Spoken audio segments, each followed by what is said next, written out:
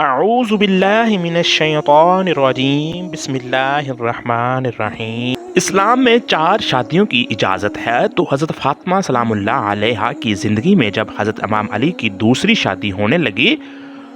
تو رسول اللہ صلی اللہ علیہ وآلہ وسلم نے فرمایا،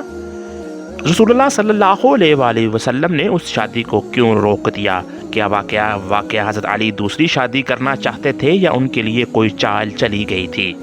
ناظرین، ابو جہل کی بیٹی کے خانوادہ اہل بیت میں آ جانے سے اگر کوئی خطرہ تھا تو کیا حضرت ام حبیبہ بنت ابی سفیان کی حرم رسالت میں داخل ہونے سے وہی خطرہ نہ تھا؟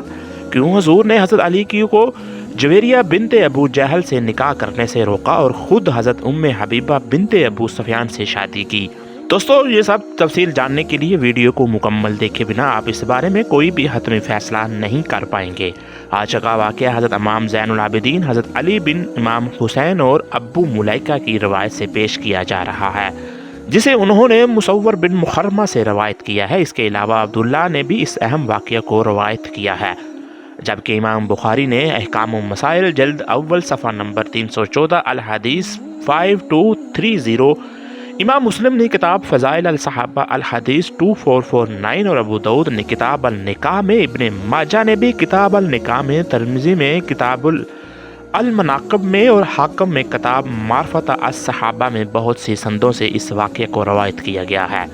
اس واقعے کی تفصیل کچھ اس طرح ہے کہ فتح مکہ کے فوراً بعد ابو جہل کا خاندان مسلمان ہو گیا، جس میں اس کی ایک خوبصورت کنواری بیٹی بھی تھی۔ کچھ صحابہ نے مل کر حضرت علی کو مشورہ دیا کہ آپ ابو جہل کی بیٹی جویریہ سے شادی کر لیں۔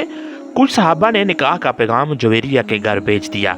ابو جہل چونکہ غزوہ بدر ہی میں جہنم واصل ہو چکا تھا، اب اس کی 14 سالہ بیٹی کی کفالت ابو جہل کے 2 بھائیوں حارث بن حشام اور سلم بن حشام کے سپرد تھی۔ چونکہ سارا خاندان ہی فتح مکہ پر مسلمان ہو چکا تھا، یہ دونوں نکاح کا پیغام ملتے ہی نبی کریم کی بارگاہ رسالت میں پیش ہوئے۔ دوسری طرف حضرت فاطمہ سلام اللہ علیہا بھی حضرت علی کی دوسری نکاح کی باتیں صحابیات سے سن چکی تھیں اور حضور سے پہلے ہی اس کا ذکر کر چکی تھی۔ یہاں یہ بات بیان کرنا ضروری ہے کہ حضرت علی کی خواہش نہ تھی، بلکہ کچھ صحابہ نے مشورہ دیا اور پھر بات پھیل گئی، یہاں تک کہ ابو جہل کے دونوں بھائی حارث بن حشام اور سلم بن حشام اپنی بھتیجی کا رشتہ لے کر حضور کی بارگاہ میں پہنچ گئے اور اس نکاح کی اجازت طلب کی، جس پر حضور نے فرمایا، حشام بن مغیرہ جو ابو جہل کا باپ تھا، اس کی اولاد حارث بن حشام اور سلم بن حشام نے اپنے بھائی ابو جہل کی بیٹی کا نکاح علی بن ابی طالب سے کرنے کی مجھ سے اجازت مانگی ہے، لیکن میں انہیں ہرگز اجازت نہیں دوں گا، یقیناً میں اس کی اجازت نہیں دوں گا، ہرگز میں اس کی اجازت نہیں دوں گا۔ البتہ اگر علی بن ابی طالب میری بیٹی کو طلاق دے کر ان کی بیٹی سے نکاح کرنا چاہیں تو میں اس میں رکاوٹ نہیں بنوں گا، کیونکہ فاطمہ میرے جگر کا ایک ٹکڑا ہے، جو اس کو برا لگے وہ مجھ کو بھی برا لگتا ہے، اور جس چیز سے اسے تکلیف پہنچتی ہے اس سے مجھے بھی تکلیف پہنچتی ہے۔ اس کے بعد حضور نے فرمایا، میں حلال کو حرام اور حرام کو حلال نہیں کرتا، مگر خدا کی قسم اللہ کے رسول کی بیٹی اور اللہ کے رسول کے دشمن کی بیٹی ایک جگہ جمع نہیں ہو سکتی۔ اس واقعے پر کوئی شبہ کر سکتا ہے کہ حضور صلی اللہ علیہ وآلہ وسلم نے خود بھی شادیاں کی تھی، تو پھر حضرت علی کو دوسری شادی کرنے سے کیوں روکا؟ کیونکہ اپنی بیٹی کے حق میں سوگن کو پسند نہ فرمایا۔ اب دیکھیے رسول اللہ کے معاملے میں کیا پیچیدگی واقع ہوتی ہے۔ شرعاً آپ صلی اللہ علیہ وآلہ وسلم کی بیٹی پر بھی سوگن لانا آپ صلی اللہ علیہ وآلہ وسلم کے داماد کے لیے حلال تھا۔ اس وجہ سے حضور نے بھی یہ نہیں فرمایا کہ ان کے لیے یہ فعل حرام ہے، بلکہ آپ نے خود تصریح فرمائی کہ میں حلال کو حرام نہیں کرتا۔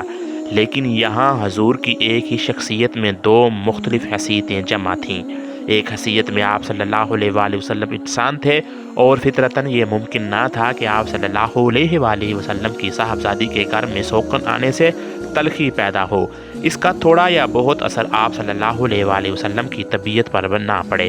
دوسری حیثیت میں آپ اللہ کے رسول تھے اور رسول اللہ کی حیثیت سے آپ کا یہ مقام تھا، آپ کے ساتھ اگر کسی کے تعلقات خراب ہو جائیں اور کوئی شخص آپ کے لیے موجب اذیت بن جائے تو اس کے دین و ایمان کی بھی خیر نہ تھی۔ اسی وجہ سے حضور نے حضرت علی کو بھی اور بنی ہشام بن مغیرہ کو بھی اس کام سے روک دیا، کیونکہ اگرچہ شرعاً یہ حلال تھا مگر اس کے کرنے سے یہ اندیشہ تھا کہ یہ چیز حضرت علی کی دوسری بیوی اور اس کے خاندان والوں کے ایمان اور ان کی عقابت کو خطرے میں ڈال دے گی۔ ایک اور اہم بات یہ ہے کہ ابو جہل اور اس کے خاندان حضور صلی اللہ علیہ وآلہ وسلم کے بہت بڑے دشمن رہ چکے تھے اور اب فتح مکہ کے بعد نئے نئے مسلمان ہوئے تھے۔ اگرچہ یہ لوگ اسلام قبول کر چکے تھے لیکن یہ تحقیق ہونا ابھی باقی تھی کہ یہ اسلام کا قبول کرنا پورے اخلاص سے تھا یا کہ صرف شکست کا نتیجہ تھا۔ ان حالات میں ابو جہل کی بیٹی حضور کی بیٹی کے گھر سوکن بن کر آ جانا بڑے فتنوں کا سبب بن سکتا تھا۔ اسی لیے حضور نے فرمایا کہ میری بیٹی اور میرے دشمن کی بیٹی ایک گھر میں جمع نہیں ہو سکتی۔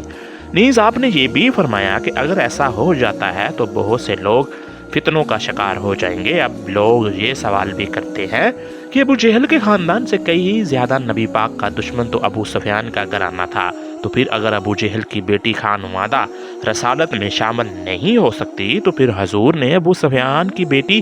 حضرت ام حبیبہ سے نکاح کر کے انہیں کیوں ازواج مطہرات میں شامل کیا؟ یاد رہے کہ ابو جہل کی بیٹی اور اس کا سارا خاندان